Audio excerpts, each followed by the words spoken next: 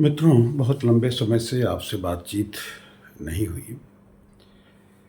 उसके बहुत सारे कारण हो सकते हैं, कोई एक कारण नहीं है।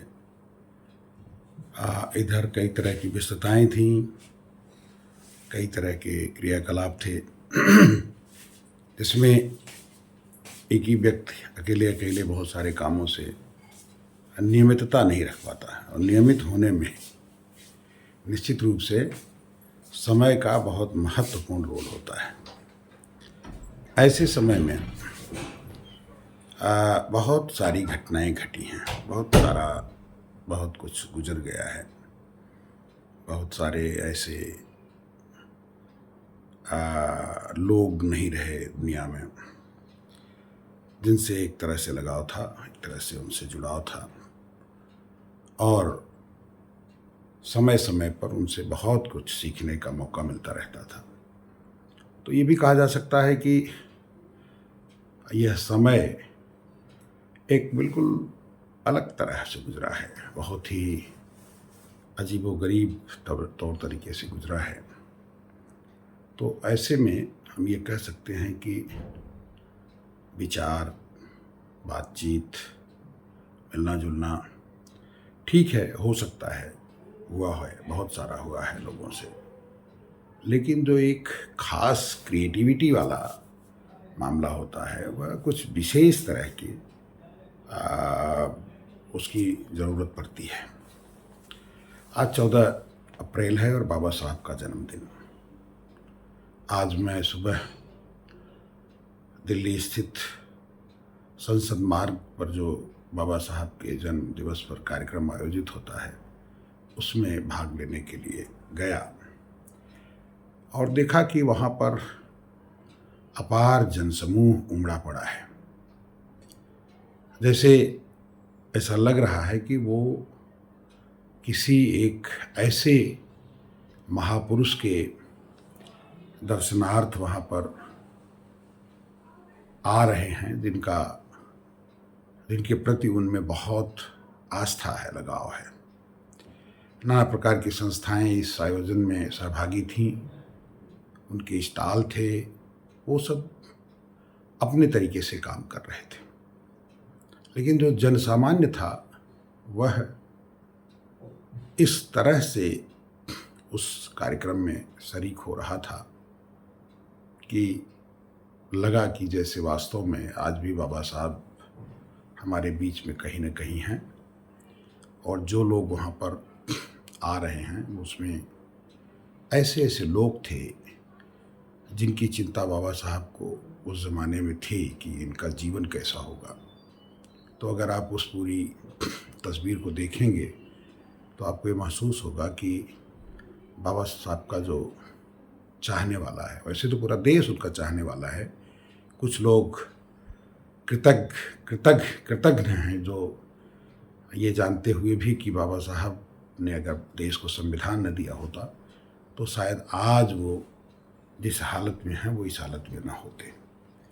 क्योंकि जो ये दौर है वो कोई राजाओं महाराजाओं का दौर नहीं है, यह स्वतंत्र भारत का है, लोकतंत्र इसे कहते हैं, और जो बाबा साहब के बनाए हुए संविधान से चलता है। तो उसको देख करके ऐसा प्रतीत हो रहा था कि जैसे जो लोग भी इसमें आए हुए हैं वो इस बात से बिल्कुल वाकिफ़ हैं कि जो कुछ भी है वो बाबा साहब की देन है। मेरे साथ जो लोग और थे उसमें कई वैज्ञानिक थे, प्राध्यापक थे और भी तरह के लोग थे।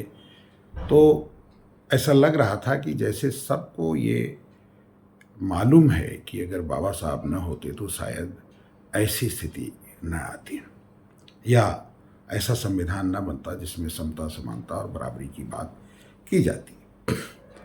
तो बहुत सारे लोगों का वहाँ पर जमावड़ा था, जिनमें अनेकों प्रकाशन के लोग, बहुत सारे स्टॉल लगाए हुए, विभिन्न दलों के लोग अपने अपने दलों का स्टॉल लगाए हुए थे, वहाँ पर मौजूद थे। लोगों के बीच छोटे छोटे क्रियाकलाप भी हो रहे थे, कहीं पर नुक्कड़ नाटक टाइप का हो रहा था। अलग अलग जगहों पर बाबा साहब की तस्वीरें रखी गई थी जिस पे लोग पुष्प चढ़ा रहे थे। तो ये सब देखते देखते चूँकि गर्मी भी थी और काफ़ी देर मैं उस पे पैदल चलता रहा भीड़ में, फिर मैं विश्राम के लिए क्लब आ गया और वहाँ बैठा यही सोच रहा था कि ऐसी स्थिति जिसका सपना बाबा साहब ने देखा था, जिन लोगों के लिए देखा था,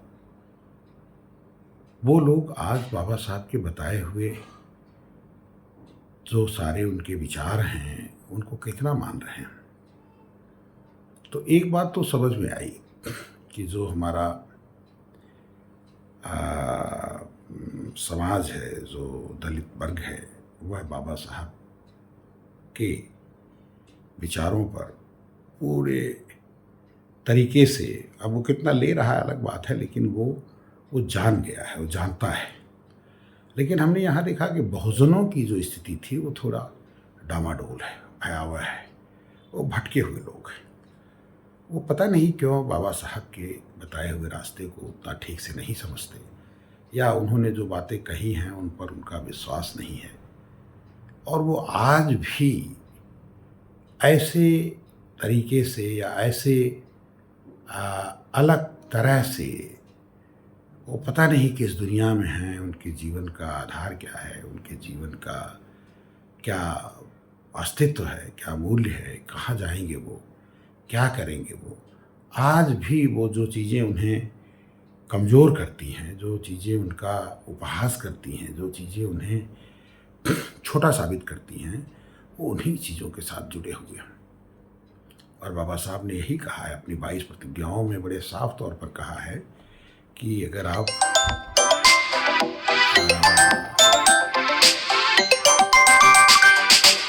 तो जो बात मैं कह रहा था वो यही बात थी कि उन लोगों में पता नहीं कब ये चेतना आएगी कि बाबा साहब का जो सोच थी उनका, जो चिंतन था उनका, वो सबके लिए था। जो लोग समाज को अपने हथकंडों से फंसाए हुए हैं, उनके लिए भी था। उनको भी वो समझने की पूरी कोशिश किए, उनको भी जानने की कोशिश किए और उनके हित अनहित को भी समझने की कोशिश की। लेकिन जो वंचित तबका था, जो ऐसा तबका था जिसको वो फंसाए हुए थे, उसके बारे में उनकी ज़्यादा चिंता थी और उसके लिए उन्होंने तमाम रास्ते खोले हैं। लेकिन आज के दौर में हम वो उनके रास्तों पर, उनके विचारों को, उनके जो सुझाव थे उसको क्यों नहीं मानने को तैयार हैं, एक हमारे सामने बड़ा सवाल है। और ये सवाल और भी गंभीर हो जाता है जब उस पूरे समाज को फिर आज नए तरीके से फंसाया जा रहा हो। आज वैज्ञानिक युग में जब दुनिया चाँद पर जा रही है और विभिन्न ग्रहों पर जा रही है, तो उसे पाखंड और अंधविश्वास के अंधकार में धकेला जा रहा है, उसे मध्यकाल में ले जाया जा रहा है, उससे नफरत की जा रही है, उसको अनेकों तरह से उसकी हत्याएं करा दी जा रही हैं, उसको मार दिया जा रहा है। फिर भी वो ऐसे किन कारणों से, किन वजहों से वो जो है उस बात को समझ नहीं पा रहा है। ये एक बहुत ही टिपिकल सवाल है और इस सवाल को समझने के लिए हम छोटी छोटी बातें आगे आपसे करेंगे। मैं सोच रहा हूँ कि अब फिर अपना ये नियमित करूँ, क्योंकि कोई ना कोई संकट आ जाता है।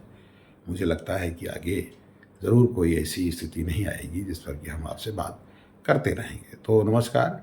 और हम विचार करेंगे आगे जो बहुजन समाज है उसकी आज भूमिका क्या है, आज उसकी जिम्मेदारी क्या है और उसे क्या करना है, कैसे वो चीज़ों को आगे ले जा सकता है, कैसे वो चीज़ों को जोड़ सकता है।